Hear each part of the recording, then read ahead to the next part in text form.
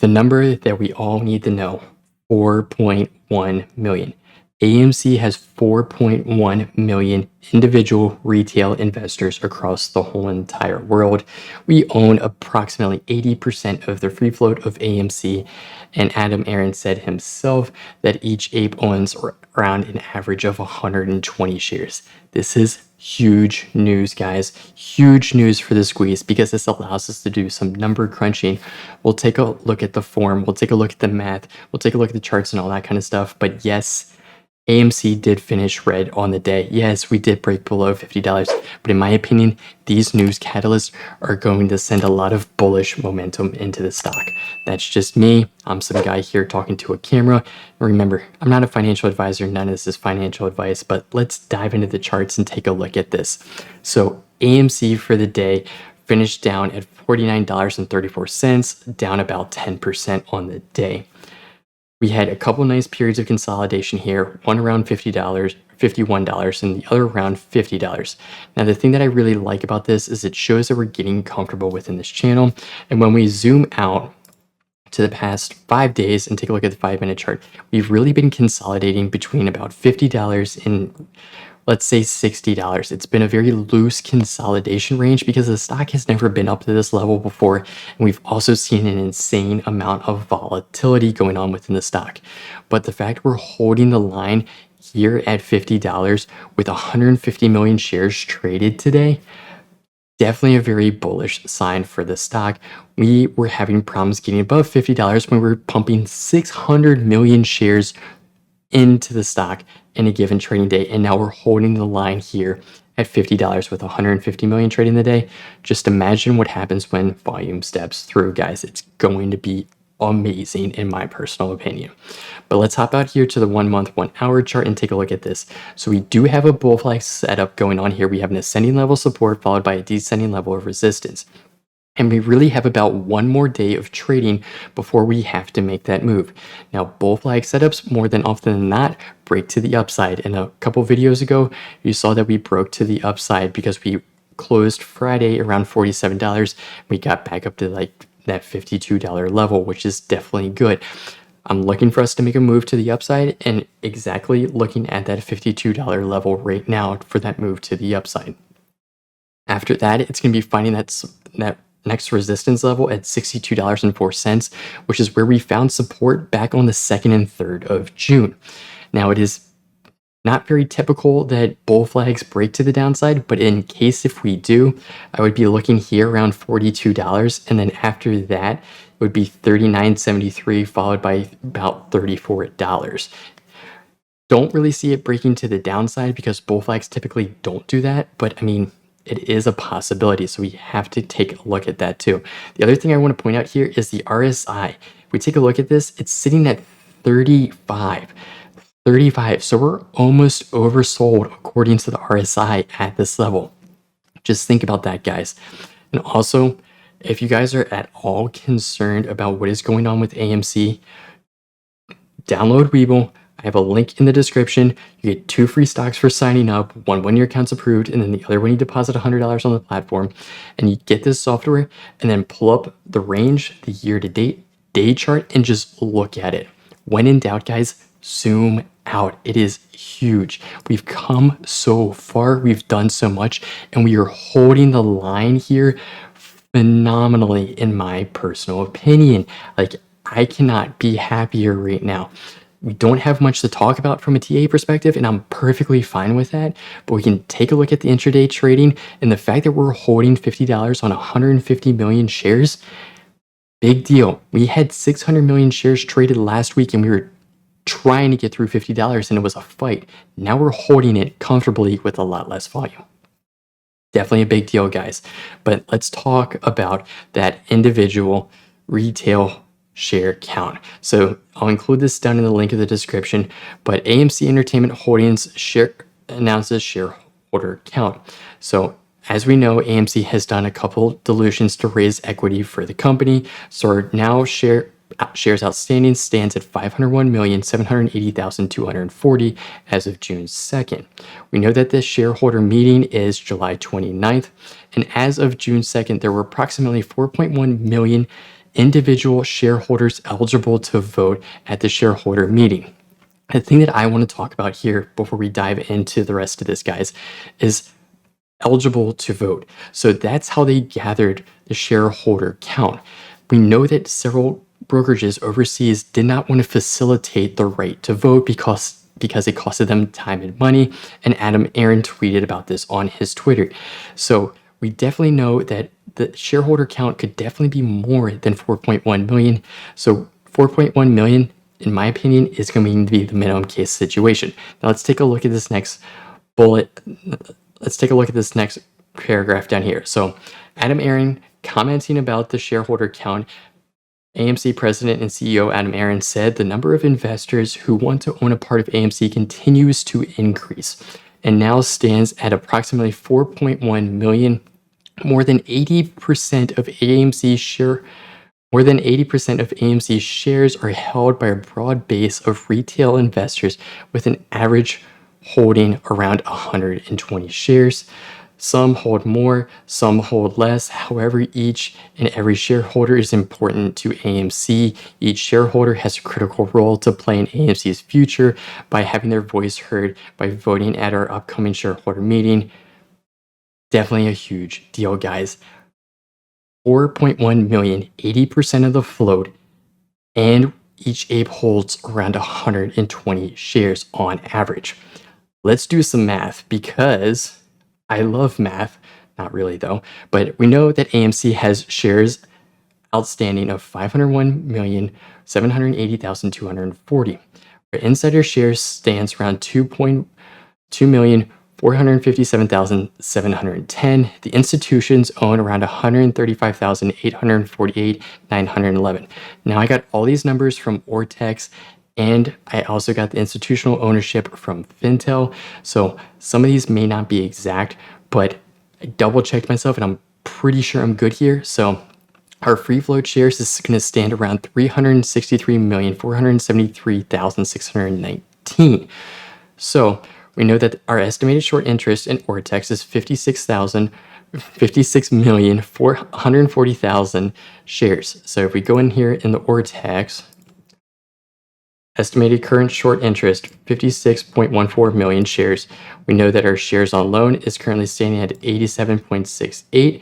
So we pull this up, shares on loan, 87,680,000. So after we subtract all of this from it, shares after current shorts as of today's date, 6/9/2021, 219,653,619. So that is what's left over after all the current institutional ownership, insiders, estimated short interest, and shares on loan. Now we know that there's 4.1 million retail investors, according to Adam Aron, that own an average of 120 shares per ape. So if we take retail investors and multiply this by 120 shares per ape, we get around 492 million shares. Does that sound right? Like, yeah, that is actually right. If we hold around an average of 120 shares, we have 4.1 million of us, 492 million shares. Today's volume was around 149.64 million shares. Now, let me tell you this. If we own 492 million shares between all of us, and as of today's date, the available shares count of 219,653,619 is what's available of the total overall float. What's going on here?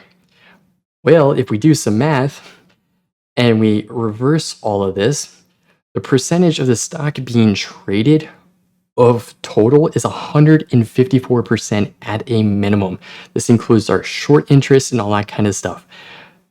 Because what we would do is we'd take this 492 million, we would add up the shares on loan of 87.68 million, the estimated short interest being around 56.14 million, the institutional ownership, and the insider shares, and then we would divide that by the total outstanding shares. And that's how we get that 154%. It's going to equal about 1.54. That's insane, guys. And if anything can just kind of give us a little hint towards what Melissa Lee was talking about, This is definitely it. This is definitely a huge deal. This is why Adam Aron's saying that we have 4.1 million individual shareholders and we own about 120-ish million, 120 shares each, and we own about 80% of the float. That's a big deal, guys. Big deal. Clearly, it sees that the numbers don't add up, and when you put this with the prime brokers restricting shorting, really makes you start scratching your head. But now let's take a look here at the short interest within Ortex. And before really we take a look at that, I want to talk about this tweet by Ortex because a lot of people were giving Ortex crap.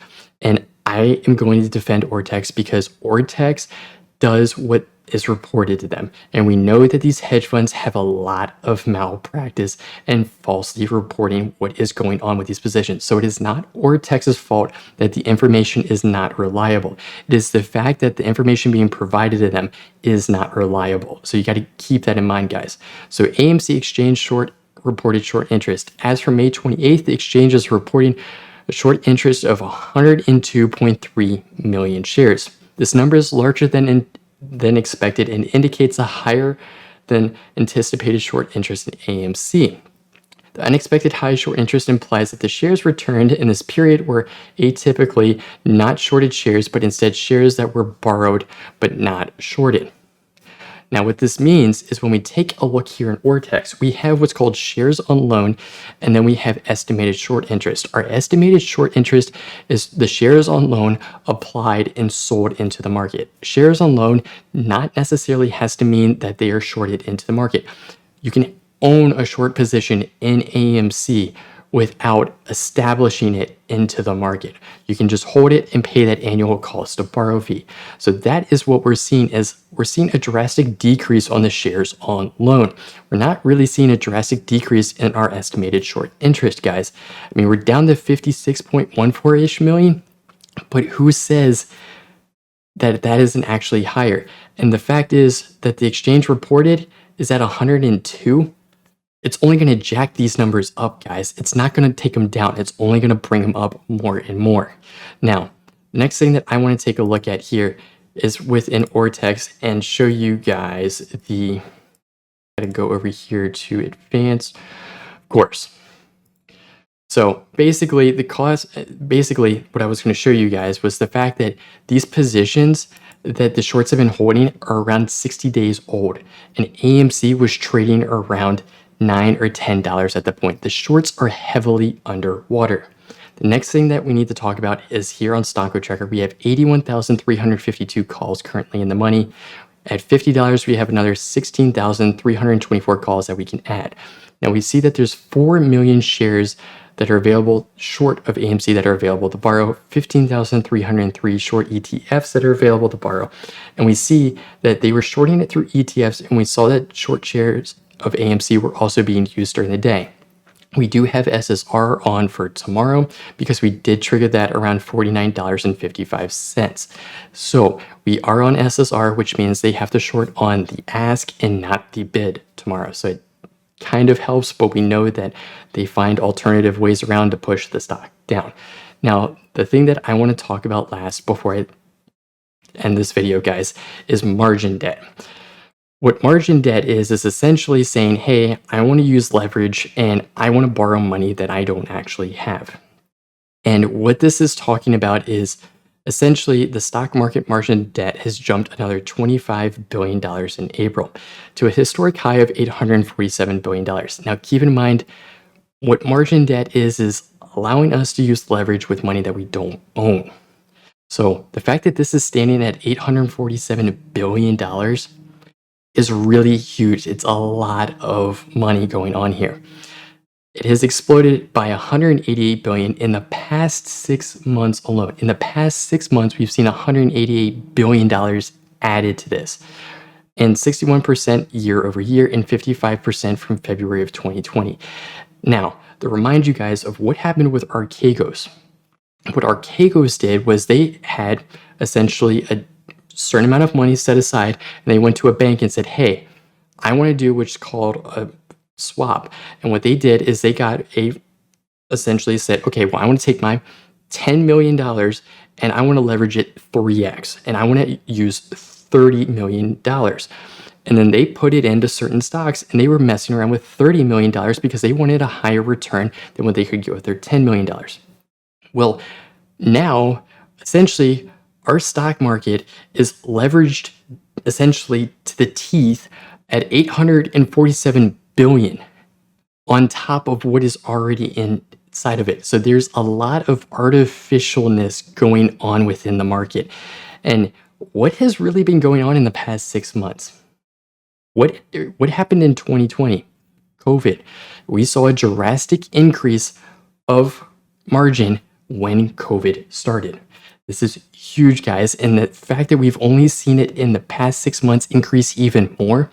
What has happened in the past 6 months? The squeeze of GameStop and all the meme stocks and the continuation of all these squeezes within the meme stocks again.